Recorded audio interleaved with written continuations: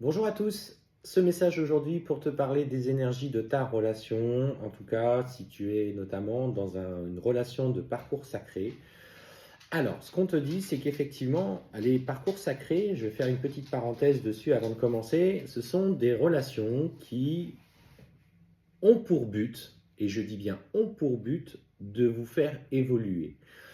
Euh, âme jumelle, flamme jumelle. Certains, apparemment, dans les commentaires, ont dit que les âmes jumelles ne faisaient pas partie des parcours sacrés. Alors moi, surtout ce que je veux vous dire, c'est que à partir du moment qu'une relation agit en effet miroir avec une intense connexion avec une personne, intense connexion, attention, on ne parle pas de sentiments amoureux, coup de foudre, etc. On parle d'une connexion énergétique, magnétique, avec des ressentis qui vont au-delà du schéma amoureux classique.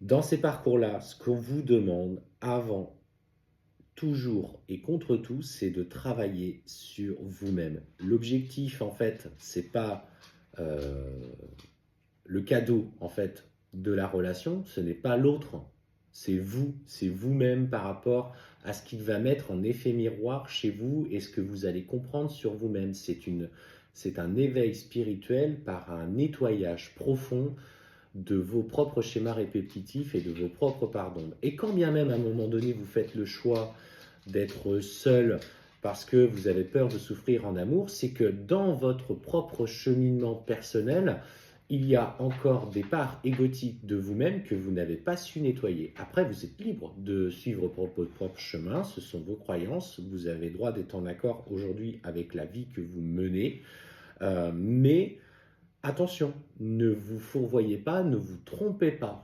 C'est avant tout le rôle d'un runner de mettre en lumière des parts d'ombre. Alors que ça soit difficile, injuste, avec des trahisons, et ça je l'entends que c'est extrêmement douloureux, mais c'est surtout qu'il vient mettre en lumière des blessures de votre enfance liées à des vies passées qui, du coup, doivent vous mettre en travail.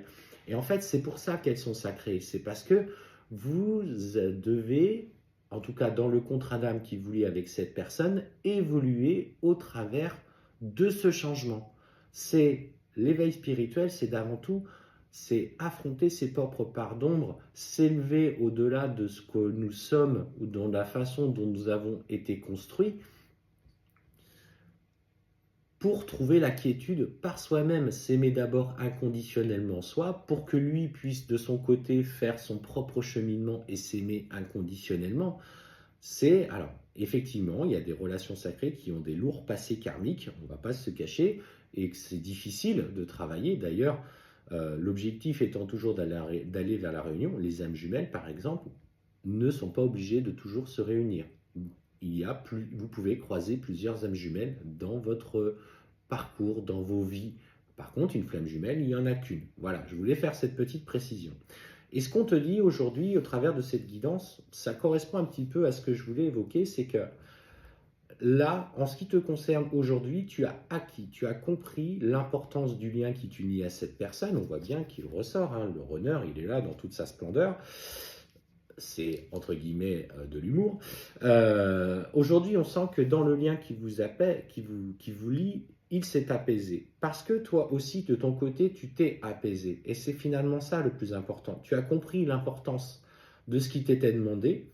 On voit que tu vas vers une vie beaucoup plus riche en termes personnels. Tu as trouvé ta voie, ton cheminement. Et en fait, ton autre aujourd'hui, il est en accord avec lui-même. Il est en paix. Et c'est peut-être ça le plus important, c'est que chacun trouve la paix dans le lien qui s'unit pour revenir à une communication plus fluide.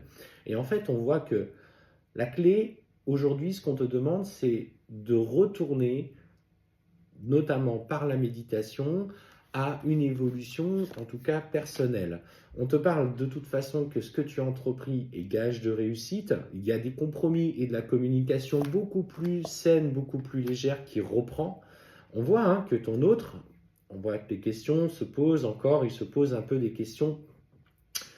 Pourquoi il est toujours en train de penser à toi malgré que aujourd'hui il a acquis le fait que bah, toi tu ne répondais plus toujours à ses attentes parce que tu as su poser tes limites. Et on te dit que ces questions sont légitimes. Il a envie justement d'aller vers cet équilibre. Il retrouve une part de sa sensibilité. N'oubliez jamais qu'un runner doit